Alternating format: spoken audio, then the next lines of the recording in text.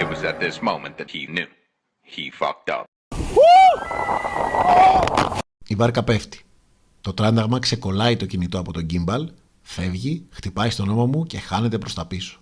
Είχαμε μπει σε μια βάρκα παύλα κορμός δέντρου που κινείται μέσα στο ποτάμι και ξέραμε ότι έχει 2 πτώσεις, με τη δεύτερη να είναι και πιο δυνατή.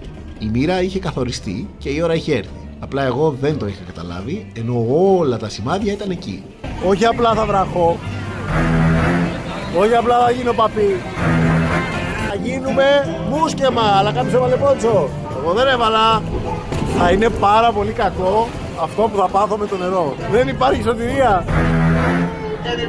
Και άντε πέσει η πρώτη πτώση, θα είναι απλή. Η δεύτερη που είναι εδώ πάνω, Παναγία μου. Αυτά είναι κακές ιδέες. Άνοιξαν οι πύλες του ανεξήγητου.